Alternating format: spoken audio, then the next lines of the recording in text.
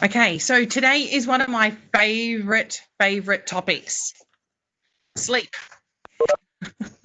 So I think actually it's probably a favorite of quite a few people. But what I thought was it was just a good opportunity to reflect on sleep and the importance of sleep. And given, with so many unprecedented changes coming on so quickly, it's really understandable that we just forget about the importance of sleep and that it can just fly under our radar. So focusing on sleeping well really offers us tremendous benefits to our well-being. Sleep is critical to our physical health, and that's obvious, isn't it? But it's also really important for our emotional well-being and our mental health. It helps us deal with stress, and certainly this is a time of extreme stress, and it helps us also regulate and maintain our mood. So a couple of tips, and some of this might be stating the obvious, but I think, sometimes it's good just to have a refresher and go, oh yeah, I forgot about that. So there's just some tips that are just a reminder for you. So setting your schedule and your routine. So establishing a routine can really facilitate your whole sense of normalcy, even during this abnormal time. So avoiding major variation in your daily sleep times is recommended. So I know I have one day working from home and the other days, so 4 days on site and then the weekend. So I was really aware yesterday to keep that routine up. So even though I could have probably got up at 7:15 and, had a shower and breakfast and been at the kitchen table sort of 15 minutes later and being ready for work at 7:15, I maintained that routine because I know it would have been really hard to have got back up at 6 o'clock again today.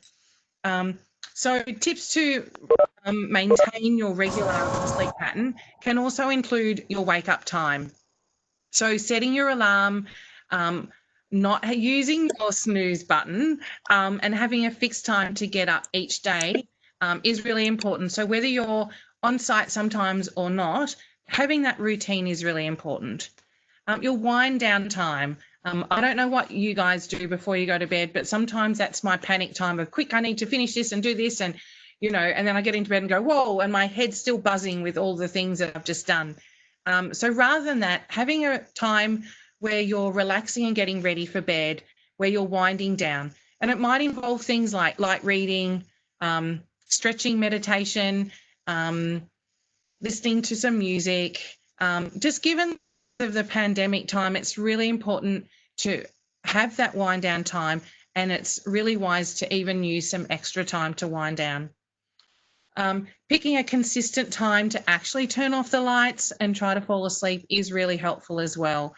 I know sometimes when I'm really tired, I think, oh, I'll go to bed really early, and then I lie there and I'm like wide awake and I'm like, this hasn't helped at all, because I'm out of my routine. So there's no point in me sort of thinking, yeah, I'll be ready for bed and get into bed at 9, because that's not my normal sleep routine. So I'm not actually ready to wind down and go to sleep at that time. So in addition to time spent sleeping, getting ready for bed, it can be helpful to also incorporate some routines and just some cues that help you to get into that pattern of knowing that bedtime is soon. So it helps you to have cues in the day around your routine. So things like showering and getting dressed, even if you're not leaving the house for the day, or whether it's putting mascara on, whatever your routine is, keep that going despite being at home and working from home. Eating meals at the same time each day, blocking off specific times for your work and shutting the computer at the end of that time, and then also getting exercise. Sleep experts emphasize the need for creating the association in your mind around sleep and bed. So I know our middle child used to, when in about year 11, would study on her bed and then she'd say, oh, I had a nap. So she actually performed better and had more quality in her study when she didn't actually study on her bed and sat at the desk and use the bed for sleeping and not for studying. It really helps to keep your mind separate around bed is sleep. So also seeing the light. Exposure to light also helps your body and my body in regulating sleep. So if you can spend some time outside in natural light, it helps your body recognize the impact of light on your circadian rhythm. So many people spend time outside and that really, really helps. But also at this time, some people are spending more time inside. So it's a bonus to be able to get outside and have fresh air, but also it does help your sleep cycle. So that's also, as much as possible, opening up the windows and blinds to let some lovely fresh air and light coming in. I can see, through WebEx here, lots of you are having that natural light coming in, and it certainly does also lift your mood. Also, being mindful of screen time and the impact that the blue light can have on firing those neurons that don't support you to be able to wind down and be ready for sleep. Staying active as well, a reminder today about exercise and daily activity that absolutely impacts sleep as well. So it helps you to have that physical exertion, which then helps you to feel ready to wind down and be more receptive to sleeping well. If you can go for a walk or maintaining social distance from other people, that's a great option. If not, there's lots of things that you can do on YouTube, whether it's mindfulness or yoga, gym workouts, that sort of thing.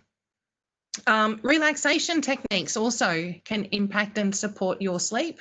If you're finding falling to sleep or waking up feeling tired, maybe you want to investigate some relaxation techniques. So finding ways to relax can be a really good tool to improve your sleep. Deep breathing, stretching, as we mentioned before, yoga, mindfulness, calming music, quiet reading, they're all examples of ways to relax. Another relaxation strategy during the epidemic is to avoid becoming overwhelmed with too much of the COVID-related news. I know it's on and in everything, isn't it? It's on the news, it's on the radio as you go home, it's all over Facebook and social media. So, making sure that you're not being overwhelmed by that, cutting down the total time that you're scrolling through social media, or even I like this, even scheduling some time with friends for a catch up or phone call and saying, okay, not allowed to say the C word. You're not allowed to say COVID, this is going to be a positive conversation. So let's steer away from that, because I think it can really overwhelm a lot of our lives, and that's just overwhelming our thinking as well. So something else that impacts our quality of sleep is watching what we eat and drink. So a healthy diet absolutely impacts sleep. In particular, and this is probably stating the obvious, but being aware of alcohol and coffee intake as well, particularly later in the day. So I've got 3 quick questions to see who is going to be the master of the sleep quiz. It's not who can fall asleep the fastest.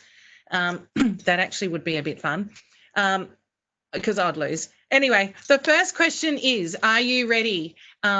You can just shout out your answer, be the first to get in there with your answer. So ready? All right. First one, how many times a day is your body programmed to feel sleepy? The options are once, twice, 3 or 4 times a day. Once. Once. Who said once? Me. Nicole, you didn't win. Damn it. Oh. Twice. Oh, who said twice? Me. Yes, Jade is the winner. Liv, you were just a little bit off with 3. So you were very close. Thank you for having the courage to guess, because when I did it, I guessed 2. So the answer is 2. And when I thought about it, I went, oh, yeah, it's so obvious. So we're programmed for 2 natural periods of sleepiness. So no matter how much you've had the sleep the night before. So the first and the most obvious period is midnight until 7 a.m. But the second period, and this is interesting, is between 1 o'clock and 4 o'clock in the afternoon. So all of you who are going like this, That's why, because it's actually the second period in the day of feeling a little bit sleepy. So there you go. Well done, Jade. Next question. Which of the following is the most common cause of nightmares?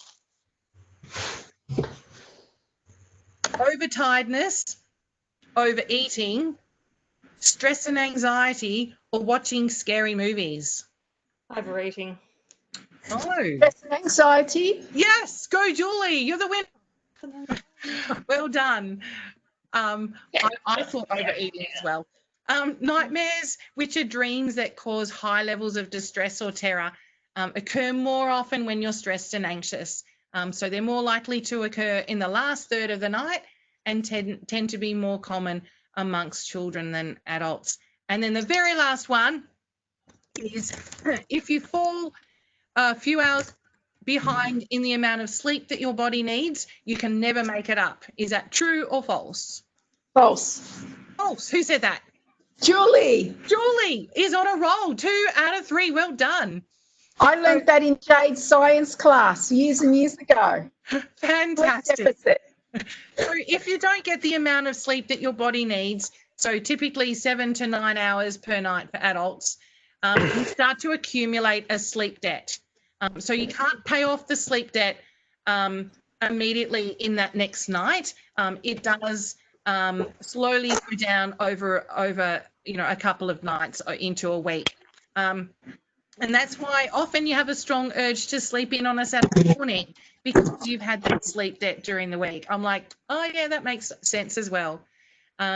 So, however, if that debt isn't resolved and continues to mount, you could be increased risk of accidents and injury, and also it does impact your immune system. So, on that note, I'd like you to say, have a lovely evening and have a great sleep tonight. All right. Thanks, everyone. See you, Marianne. Bye. Bye.